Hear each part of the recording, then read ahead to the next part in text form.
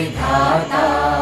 पंजाब सिंध गुजरात मराठा द्राविड उत्कल बंगा, विंध्य हिमाचल यमुना गंगा उच्चल जलधि तरंगा। तव शुभ नामे जागे, तव शुभ आशीष मांगे, गाहे तव जय गाथा। जन गण मंगलदायक जय हे भारत भाग्य विधाता। जय हे जय हे जय हे जय जय जय जय हे।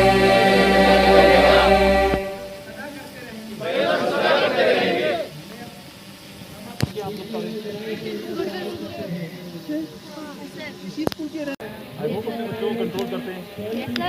जी गुड एग्जाम्पल। ये नहीं कि सिर्फ गर्लफ्रेंड बनाना है, ठीक है, और जहाँ से भाग जाना है और टीम को खेलना है,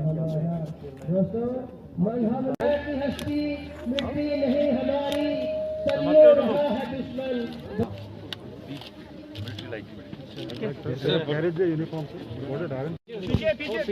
श्रीमती सलाम भी जो लेट पैरा टॉपर इम्तियाज अहमद ठोकर दियो नजर नजर इधर इधर इधर देखिए इधर एक हाथ वाला अपने यस सर इधर आओ।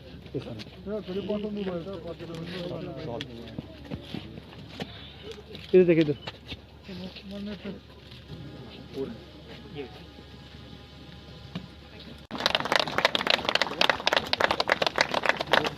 जोरदार तालियों से, जोरदार तालियां।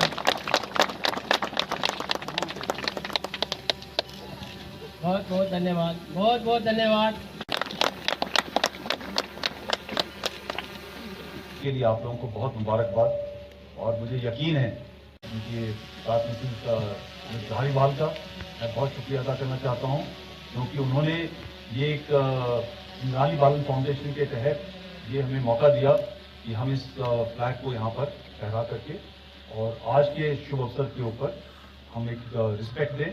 और आज ये साउथ डिस्ट्रिक्ट के अंदर साउथ सबको बहुत बहुत मुबारकबाद। उनको सही रास्ते पर रखना है।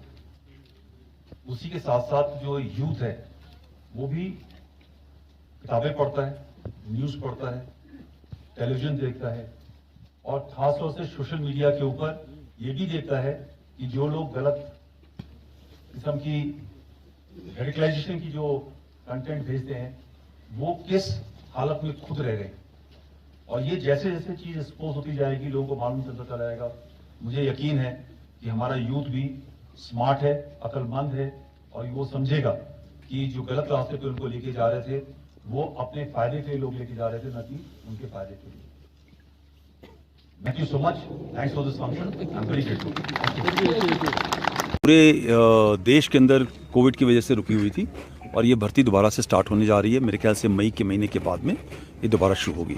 और मुझे यकीन है कि जो हमारे यहाँ पे बटालियंस हैं, खासतौर से शोपियाँ के अंदर हमारे जो लड़के हैं शोपियाँ के, उनको अच्छी ट्रेनिंग देंगी ताकि ज़्यादा से ज़्यादा सक्सेस रेट उस भर्ती के अंदर हमारे जवानों का हो सके। ये है बच्चों के लिए। अगर टेररिस्ट और टेररिज्म दोनों कम होगा तो अपॉर्चुनिटी यहाँ पे बच्चों के लिए फ्यूचर के लिए ज़्यादा बढ़िया बनेगी। तो आप ये कहना कि सिक्योरिटी फोर्सेस के लिए अपॉर्चुनिटी है, गलत है। मेरे ख्याल से अपॉर्चुनिटी पब्लिक के लिए है, जनता के लिए है। और एक समय ये आ चुका है कि ये जनता चाहती है कि एक पीस, स्टेबिलिटी और एक खुशी का माहौल हो।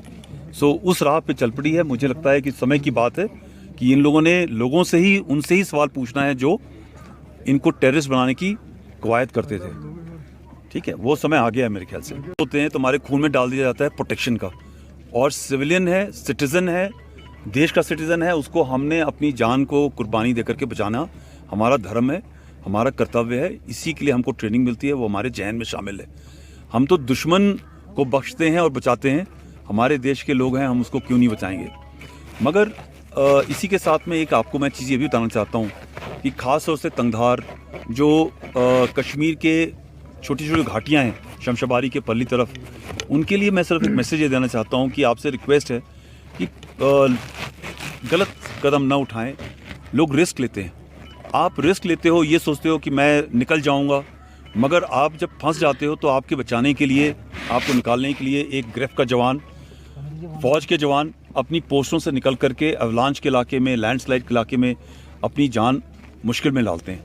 और मुझे यकीन है कि इस टाइम भी हमारे लड़के सजग हैं एलसी के ऊपर, और वो यकीन करेंगे कि इन्फिल्ट्रेशन कम से कम हो। इन्फिल्ट्रेशन तो होएगा, ठीक है, हर कोई दीवार को खड़े करके रोकना नामुमकिन होता है, बट आप देख लीजिए पिछले साल भी जितने भी लोगों ने कोशिश करी, इनकाउंटर्स हुए, लोग मारे गए। इस साल भी एक अटेम्प्ट हुआ था पहले हफ्ते के अंदर, जनवरी के, उसके अंदर भी जो अटेम्प्ट है वो फेल किया गया। एक टेररिस्ट था, उसको मारा गया। इनफैक्ट श्रेय जाता है हमारे जो सेंट्रल आर्म पुलिस फोर्स के, जम्मू कश्मीर पुलिस के लोग हैं, जिन्होंने इस पूरी सिचुएशन को कंट्रोल करने के लिए अपनी जान गंवाई है, मेहनत करी है, तत्पर लगे हुए हैं, उनके लिए जाता है। बट सबसे ज़्यादा मुझे लगता है आज की तारीख में मैं ये जो युवा से मुझे मिला है उसका लिए श्रेय दूंगा। एक जो यूथ अभी साइलेंट मेजॉरिटी का, जो आज तक चुप था नेक्सस के खिलाफ, आज वो धीरे धीरे बोलने लगा है। इंफ्रास्ट्रक्चर बढ़ेगा, अच्छा एजुकेशन मिलेगा, और जब पैसा आता है तो लोगों को अच्छी पढ़ाई लिखाई मिलेगी। सबसे पहला वो है, फिर दूसरा हम नंबर बढ़ा सकते हैं स्कूलों के अंदर, और ये जो पैसा है वो हम सद्भावना फंड से निकालते हैं। तो हर साल जब ये 3 करोड़ 3.5 करोड़ रुपए उसके अंदर आएंगे तो वो पैसा हमारा बचेगा, और हम कश्मीर के लोगों के लिए और जगह भी उसका इस्तेमाल कर सकते हैं।